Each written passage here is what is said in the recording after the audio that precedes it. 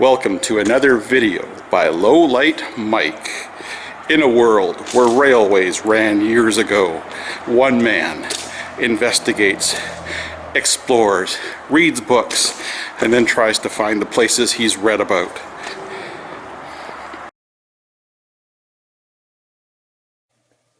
Here's the map that shows the area of my hike, and when I add the poorly drawn red line, that's roughly where I went.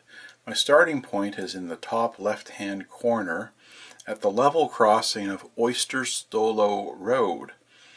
And back in the older days, when I was a kid, that area was the Ivy Green Provincial Park campground, and the railway was obviously right beside it.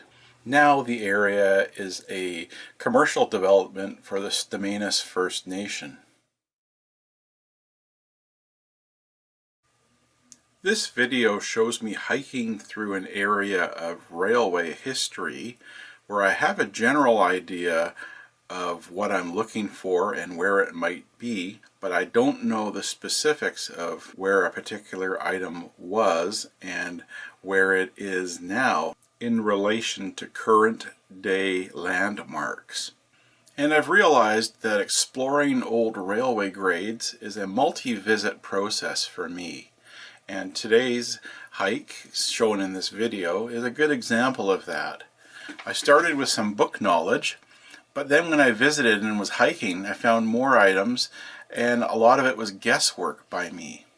So the next step would be for me to study some more and ask questions, which has happened almost as soon as I got home from my hike, and eventually then I will want to return and do some specific looking in certain areas now that I know more and now that I've seen it all once already. I think this means that the fun of exploring and walking in history never really ends, because there's always something else, something new, something more to learn about and find. And each visit brings something else to light that gets me back there again another time. That's why it's a lot of fun. So this video isn't the type of video where I have it all figured out and I'm going to show you where things are. Instead, this is the kind of video where you get to come along for the ride as someone with a few ideas sees various things and speculates, and most of the speculation might be wrong, but you get to enjoy the process of watching what it's like for someone like me as I go at it with eyes wide open and hopefully an open mind of trying to figure out where things are. So I hope this is enjoyable for you to watch. I'm at mile 60.76 of the E&N Railway's Victoria Subdivision at Oyster Sto-Lo Road, just north of Ladysmith. This is a retail development of the Stamanis First Nation, and I'm going to walk railway south towards the bridge that the highways and people call Bush Creek, and E&N timetable still calls Harrison Creek. Mile 60.76. The bridge that I'm approaching is interesting with its structure. It is a pony truss, and the truss is above the deck. Has to be one of those ones that was brought in from somewhere else in Canada and installed here after a timber trestle was replaced. Here's the new development, looking railway north. Highway 1 is there, and the bridge. At Bush Creek, also known on the E&N timetables as Harrison Creek, the VL&M Railway, that's Victoria Lumber and Manufacturing Company, underpassed the E&N on that lumber railway's way from the hills down to Tidewater at the head of Oyster Harbor, Ladysmith Harbor. The VL&M Railway was on the south bank of Bush Creek, and when it got to the E&N Bridge, VL&M crossed over the creek diagonally underneath the E&N bridge. So just east of the E&N bridge, VL&M ended up on the north bank of Bush Creek, really close to where the Microtel Hotel is now. In this video segment, I end up speculating a lot about where exactly the VL&M grade was and what side of the creek it was. It never occurred to me that it switched sides underneath the E&N bridge, but I'm thankful for that information and to the fine people who provided that. Just downstream from the E&N's Bush Creek Bridge is where there used to be a bridge that crossed the creek for the Ivy Green Provincial Park campground. And now all that's really visible that I could see is the abutment on the north bank of the creek, which again is basically right behind the Microtel Hotel building. So a VL&M logging railway crossed under here, and we'll see how obvious it might be, and even see if we can determine which side of the creek it was on. I like a good mystery. Could very well have been on the near bank to me here.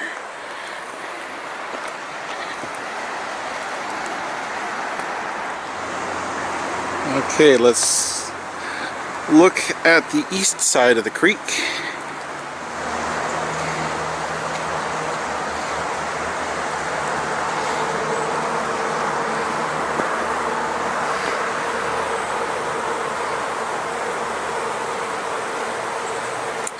And that's one of the reasons likely that this is a through pony truss bridge with the truss work on top, so that it wouldn't be in the way of a logging railway passing underneath the structure.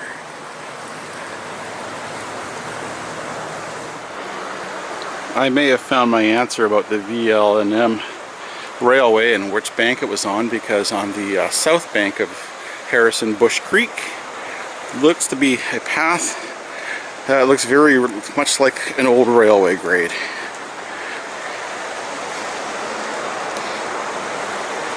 Through there, as the truss work gets in the way, through there you can see it just continues on out through there.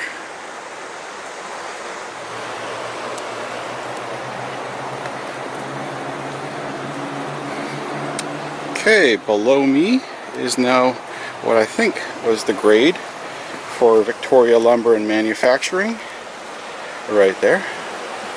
Now a path goes up that way. And you know what, if it was on the other side of the creek, hey, that's okay too. I have fun speculating. I'm not hung up on having to get it definitive, so there it is on the east side. Okay, looking back northward at Harrison or Bush Creek Bridge on the E&N Railway, and now time to head southward again.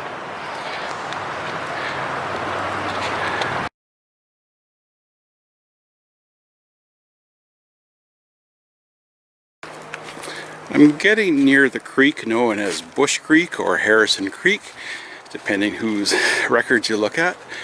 And so I'm onto some trail systems. I'm on the south side of the bridge. And my theory is that this is following where the VL&M, Victoria Lumber and Manufacturing Company Railway, would have crossed under. My knowledge of this is thanks to Mr. Sandy Macham and his book on Chemainus and its logging railways.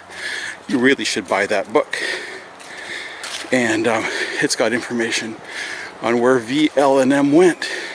And it went down to around, I think the head of Ladysmith Harbor, otherwise known as Oyster Bay, I think, close to where the Ivy Green campsite ended up being. So, in the far distance is the raised up grade of the E&N, and I can see bits and pieces of the pony truss on the bridge. And we'll just continue getting closer here. Alright, here's Bush Creek. So on one side of this creek, either this side or the other side, ran the VL&M Railway. My theory is it was this side. I kind of like to think so because that's where I am. But if it was the other side, that's okay. I'm assuming that because I'm on a flat path area that follows the creek and goes under the bridge. So it might become more obvious when I'm under the bridge to see where a grade would have been. There's the current bridge with the pony through truss. I don't know what you call it. There we be. Oh yeah, I'm way too high, I think. So it might have been on the other side of the creek. Okay, let's walk up. Well, the creek is flowing pretty big right now. The obvious place for the VL&M Railway is where I am right now, which would probably have been a lot lower in elevation as opposed to right there, because the riprap rock goes right to the edge of the creek. So I'm thinking it would have been here, but lower in elevation this would have been dug out.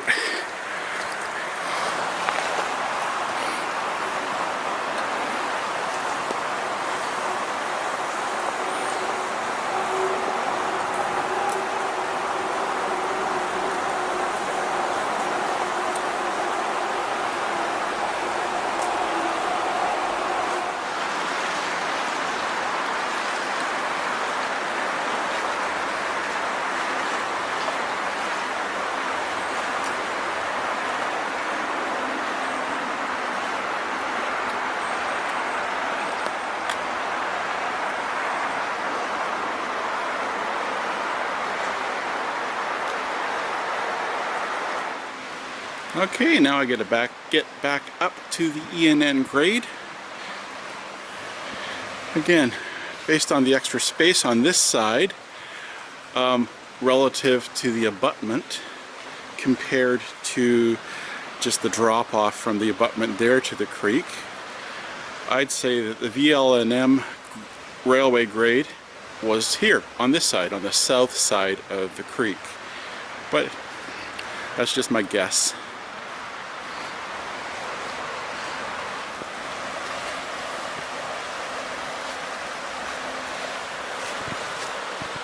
There is some cribbing on the rapids right there, on the edge.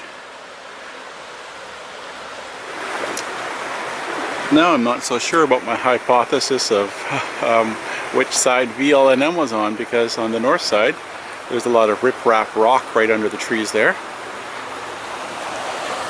And then there's some cribbing there to build up, although maybe that was for later, for someone to drive up there and do something. Or maybe a footbridge crossed over, that's probably what it was, or a little small vehicle bridge. Yeah, I think that's an abutment for a small vehicle bridge. But, again, who knows? I'm just happy to be here and know that there was a logging railway that crossed under here somewhere.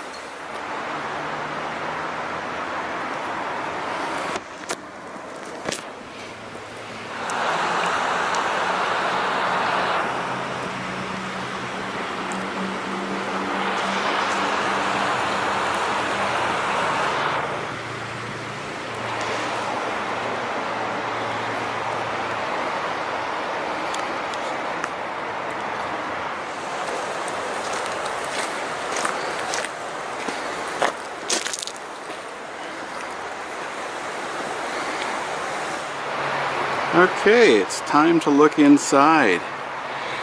Got my knees resting on a plastic bag so they don't get too creosote stained.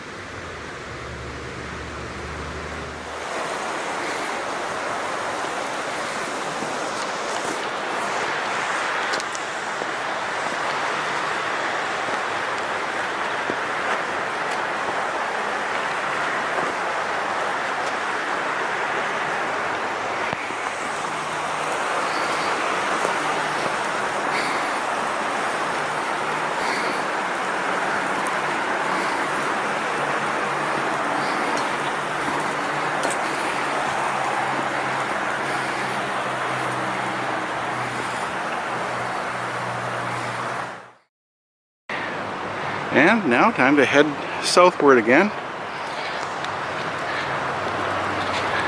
My turnaround point is likely going to be where the E&N goes under the Highway 1 through a big culvert, and that's also near where there was the diamond interchange. This is a nice straightaway, working my way south, very pleasant to walk on.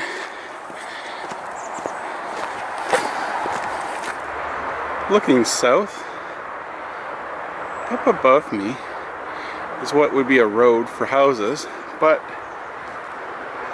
here's where I start to speculate and wonder if that was originally the logging railway for Comox logging, and before that the Canadian Collieries Dunsmuir mining railway, or just a logging road that came afterwards. But like I said, this is all about knowing I'm in the general area of something and then having fun speculating about what I see and what it might have been. Continuing walking southward on this nice long straightaway. Highway 1 to my left.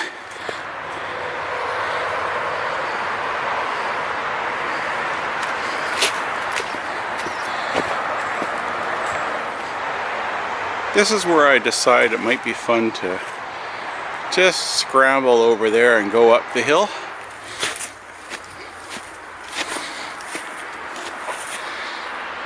There's the E&N.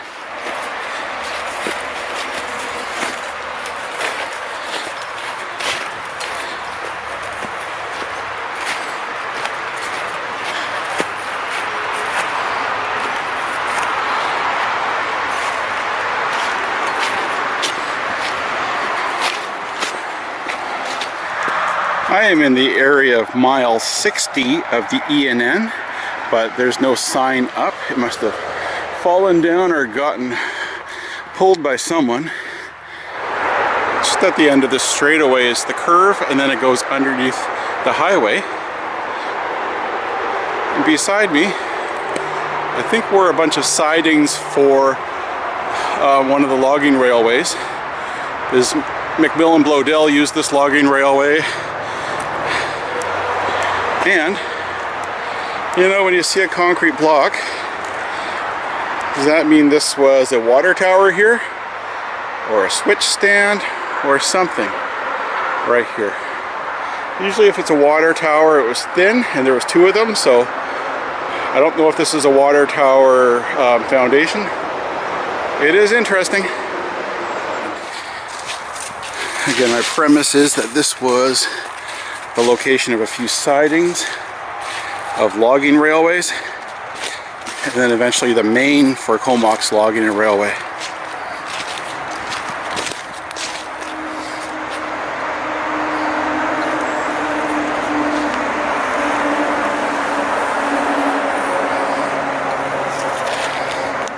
Certainly has the look of a wide area with built up spots. I just stepped up onto an area here which could have been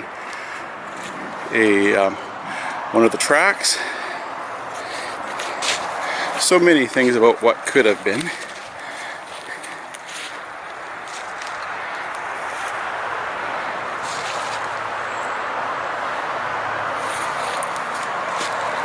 And the E&N through there.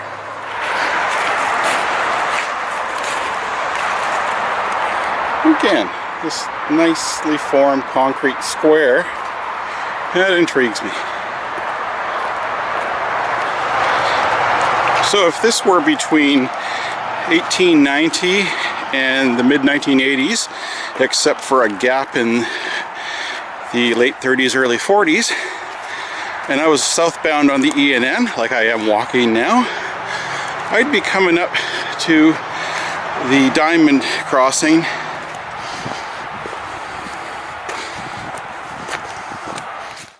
The bottom right corner of the map, where the red line ends, is my turnaround point.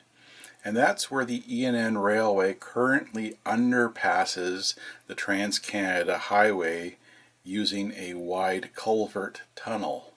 Somewhere in the tunnel is the location where the diamond interchange was between the E&N Railway and an industrial railway, which was first the Canadian Collieries Dunsmuir Limited Railway, which worked from 1890 to 1935. And then later it was revived in 1943 as the Comox Logging and Railway Company from 1943 to the mid-1980s. It's a bit confusing because both the E&N Railway and the Trans-Canada Highway were realigned in the years after the diamond was removed. And that's why it turns out that the E&N Culvert tunnel under the highway ends up being where the diamond location used to be. The diamond was removed sometime between spring of 1986 and summer of 1987.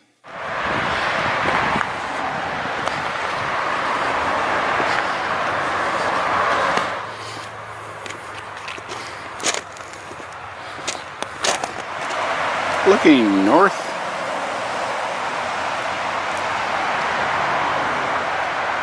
and looking south in the culvert, which is very wide. And I'm wondering if it's so wide because when they built it in the 1980s, they said, hey, we might as well build it that if it's ever double tracked for any reason, that we don't have to redo the culvert. That's just a guess. While I'm waiting for my long exposure to be done, just look here. Starts with a curve behind me that continues into the culvert and then straightens out right about where I'm standing. This is fun. I'm about halfway in the culvert, looking south, working another 4-second exposure, which is a blend of 3 shots, so really it's 12 seconds. And there's looking north. Echo! The light at the end of the tunnel. The metaphor is real. I am moving it to it right now. Looking south, lots of garbage up ahead. And looking north. Time to walk back through the tunnel. Tunnel, culvert, whatever. Hey-o. I just like the acoustics here.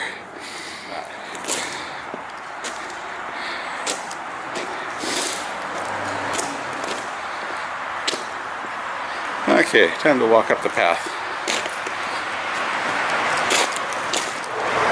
There's the E&N.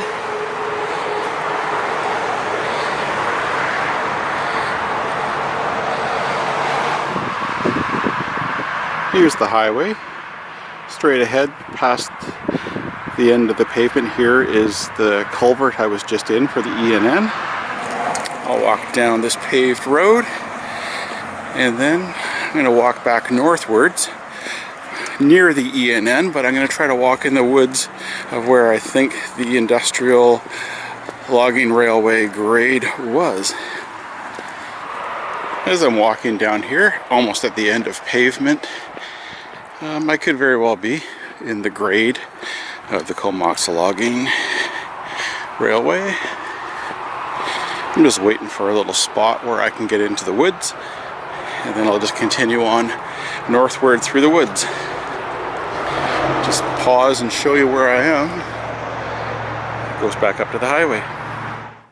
Just north of the diamond location was the Velco Yard.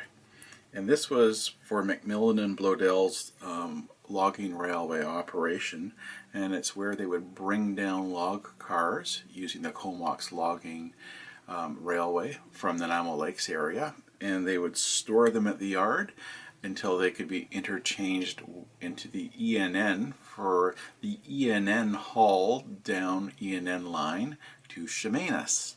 And so the Velco Yard had a number of railway tracks in it for the storage and movement and sorting of log cars, empty and full.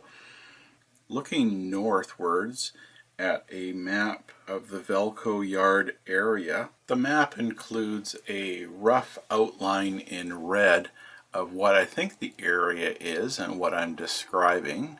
It's not very accurate. It's just to give you a rough idea of location. But within the red rectangle that I've drawn, the left-hand side is the paved road, and just to the right of the paved road would be the Comox logging railway main.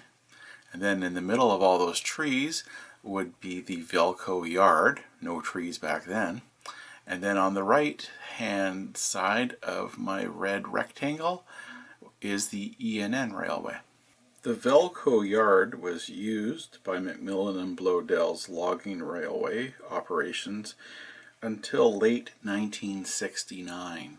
But of course, the main railway of Comox Logging and Railway Company that ran right beside the Velco Yard and used the Diamond Interchange remained operational until the mid-1980s. By the way, Velco is derived from the name Victoria Lumber Company. If you have the E&N history book by Robert Turner and the late Donald McLaughlin, there's a fine photo of the Velco Yard as I've tried to describe it on page 121 of that book. I'm going into the woods now, and I'm at a spot that I saw from the other angle on my way in. I get across on those little stumps, and then I'm in the area that I'd speculated was old railway sidings.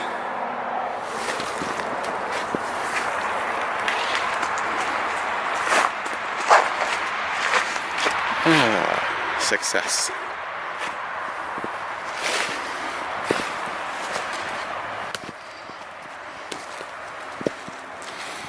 So lots of things in the mossy dirt here that could have been wooden ties from years ago, or it could just be all the wood that's fallen off the trees and stuff like that, but who knows. But I know I'm in the area of where there was stuff here for the railway. Okay, so now I just work my way this way. Okay, so with the E&N right there and the paved dirt gravel road there, I'm heading north. So this is where I wish I had my library with me. Heavy backpack it would be. But I'll speculate and say that maybe this was where M&B had a rail yard or just a bunch of sidings. That might be it. I'll figure this out. But man, it's open. Wide open.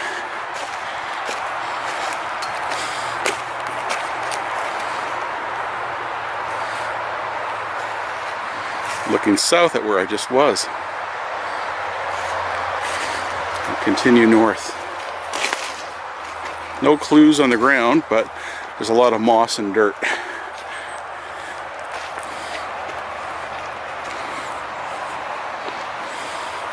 In any case, this is really pleasant.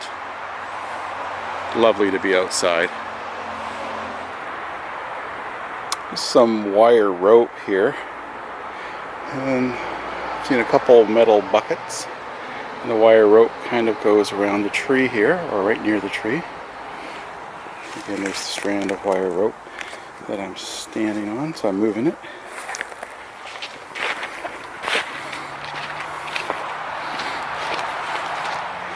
And the pathway I'm taking kind of curves a bit, so I'll go closer towards where the E&N is.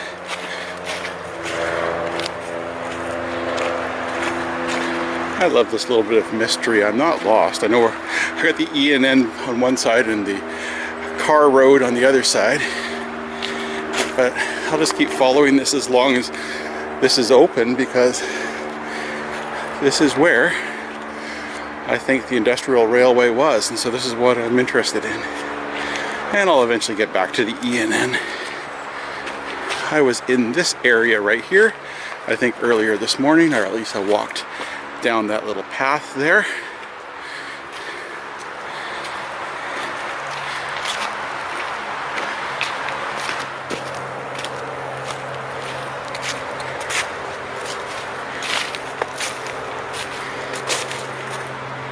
I'll just walk through here.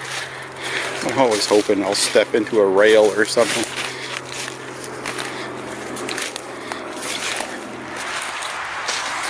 I think my trail might be running out, so I'm walking back towards the E&N. Highway is obviously really close by.